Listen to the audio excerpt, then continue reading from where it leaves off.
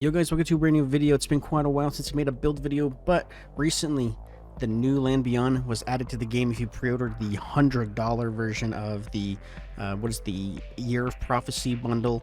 So I decided we're going to make a build that utilizes the sniper and the Osmiancy gloves. Not only is this build off meta, but it'll dominate the scene, and it's also going to dominate your asshole. Alright guys, let's get right into this. So this is a straight stasis build. We're using Winter's Wrath. It's literally the only option. We're going to be using the Healing Rift, Strafe Glide apparently, definitely Burst Glide. I don't know why Strafe Glide's on.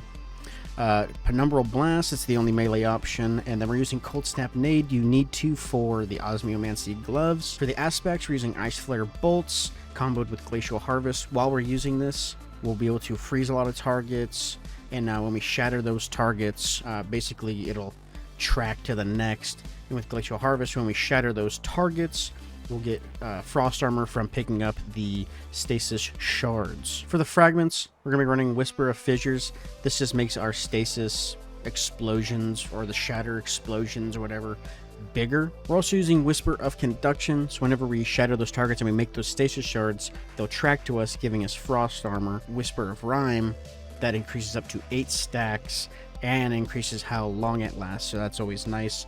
And then we have Whisper of Bonds. Defeating a frozen target generates an Orb of Power. Alright, and these are the armor mods that I am using.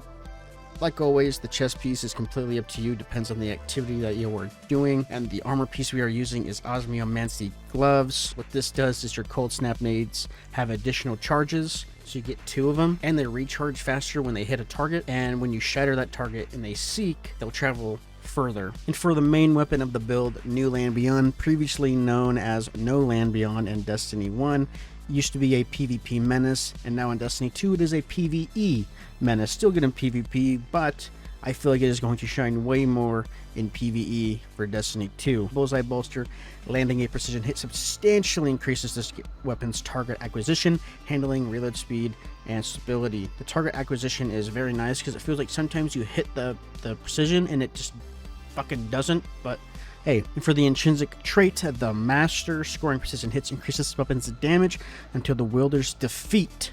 Massively increases ammo reserves. And that's the thing you gotta remember, is it says wielder's defeat, so it doesn't expire.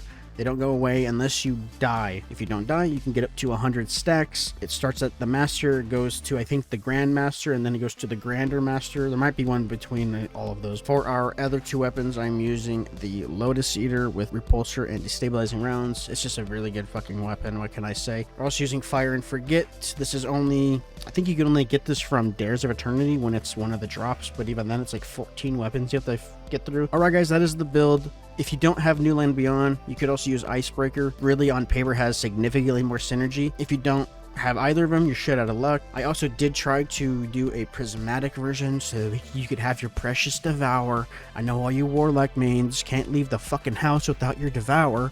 Holy fuck, man. I just found that using this version of the build, specifically using Osmiomancy, just works significantly better on Stasis. But yes guys, make sure you drop a like, comment, and subscribe. I'll let the rest of the gameplay play out.